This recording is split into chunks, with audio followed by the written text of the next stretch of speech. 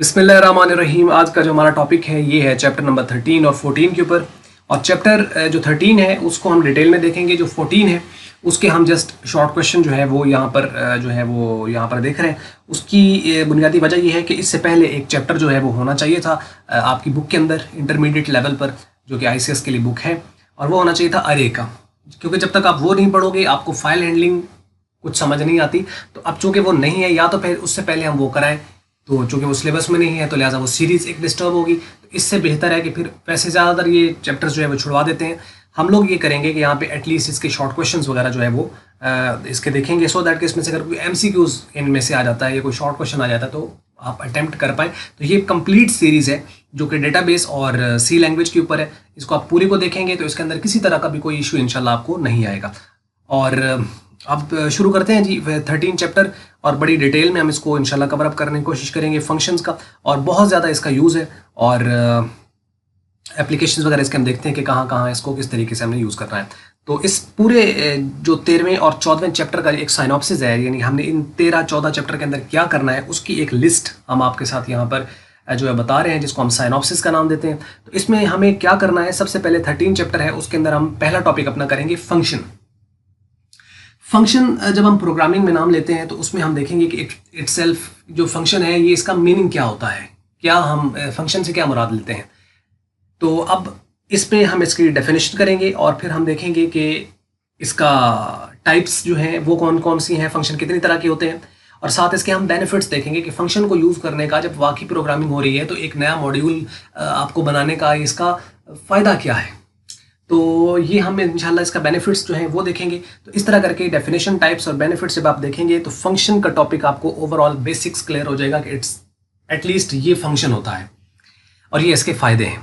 फ़ायदे होंगे तो हम उसको फ़ायदे को समझेंगे तो हम आगे चलेंगे। जब फ़ायदा हमारे जहन में नहीं आएगा कि इसको फ़ायदा है या नहीं तो ऑब्वियसली वो फिर हम इसको इग्नोर ही कर देंगे। तो अब जब ये टॉपिक हमारा हो जाता है उसके बाद जो मोस्ट इम्पॉर्टेंट जो इसका पार्ट है इस चैप्टर का वो है कंपोनेंट ऑफ फंक्शन। अगर आपको ये क्लियर हो गए कंपोनेंट्स ऑफ फंक्शन तो समझिए कि चैप्टर क्लियर हो गया आपको। इसके अंदर ये सारी की सारी डिटेल कंपोनेंट्स ऑफ फंक्शन के हवाले से है। अब इसमें देखें कि हमें सबसे पहले बात करनी है फंक्शन प्रोटोटाइप की।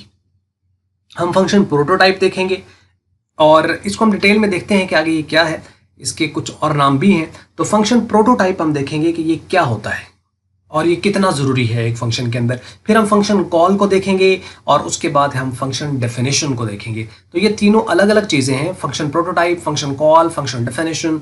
उसके बाद हम फंक्शन हेडर देखेंगे और फिर बॉडी ऑफ द फंक्शन। अब इसमें जो फंक्शन डेफिनेशन है असल में इनमें दो पार्ट्स हम देखेंगे। एक होगा, उसके दो पार्ट होंगे फंक्शन डेफिनेशन के अंदर। एक हम कहते हैं फंक्शन हेडर और एक हम कहते हैं फंक्शन बॉडी। तो ये इस डेफिनेशन के अंदर ये एक बड़ा इंपॉर्टेंट पार्ट होता है। असल में यहीं पे फंक्शन को हम डिफाइन करते हैं। तो इसके अंदर दो चीज़ें आपने इस सीक्वेंस को याद रखना है कि हमें तीन चीज़ें करनी है ओवरऑल फंक्शन के कंपोनेंट्स में। प्रोटोटाइप करनी है, फंक्शन की कॉल, फंक्शन की डेफिनेशन। तो अब इसमें जब फंक्शन डेफिनेशन है यहाँ पर हम फंक्शन को डिफाइन कर रहे हैं। यहाँ कॉल में तो हम सिंपल उसको कॉल करते हैं, जैसे फंक्शन का नाम लिख देते हैं तो उसको कॉल करते हैं। जो उसकी फंक्शनलिटी होगी वो फंक्शन वहाँ पे फंक्शनलिटी परफॉर्म करेगा। और उसके बाद फंक्शन जो प्रोटोटाइप है इसको भी हम देखते हैं आने वाले लेक्चर्स के अंदर कि क्या होता है। डेफिनेशन के अंदर दो पार्ट्स होने, एक होना है फंक्शन का हेडर और एक होनी है फंक्शन की बॉडी। अब बॉडी के अंदर अब क्या होगा, वो कोई भी इक्वेशन, कोई भी सेट ऑफ स्टेटमेंट्स जो है वहाँ पर हो सकती हैं। अब इन बॉडी के अंदर ओवरऑल जो पॉइंट्स यहाँ पे मेनली होंगे उसमें हम इसी बॉडी के अंदर वेरिएबल डिक्लेरेशन करेंगे, वो जो फंक्शन के अंदर हमने यूज़ करने हैं।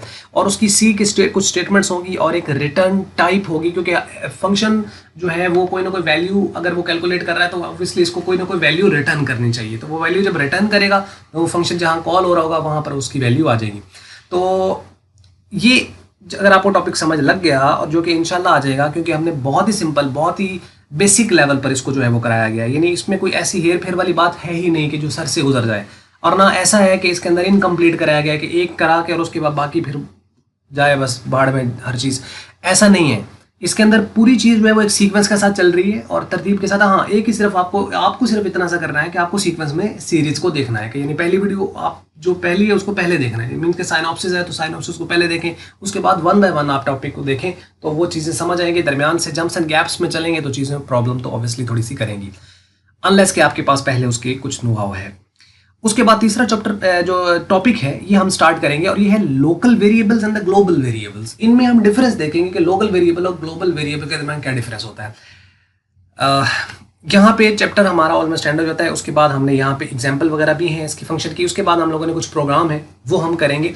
तो एक एग्जाम्पल के तौर पर प्रोग्राम कराऊंगा जिसके अंदर आपको ओवरऑल सारा समझ आ जाएगा और यहाँ पे चैप्टर एंड हो जाएगा। और उसके बाद फिर एक्सरसाइज और क्वेश्चन और वो बाकी तो सारा चीज़ें चलती हैं साथ।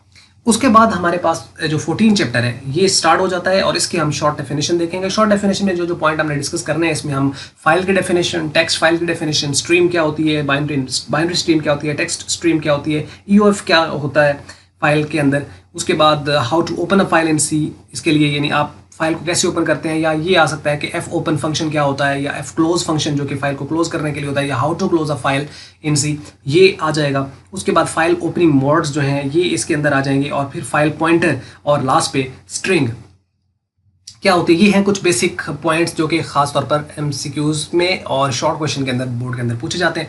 तो जब ये आप कर लेंगे तो आपका 100% पेपर अटेम्प्ट हो जाएगा। तो ये है इसके हवाले से ओवरऑल लेक्चर। तो 1 बाय 1 इसकी सीरीज़ आ रही है, उसको आप देखिए और कमेंट्स में अपनी राय से हमें आगाह करें। तो बस ये थी वीडियो। अगर आपको मल्टीपीडिया की ये वीडियो अच्छी लगी है तो इसको आप लाइक कर लें, शेयर कर लें दूसरों के साथ। अगर आपको अच्छी नहीं लगी तो उसको आप कर दें डिसलाइक। और वीडियो देखने का शुक्रिया।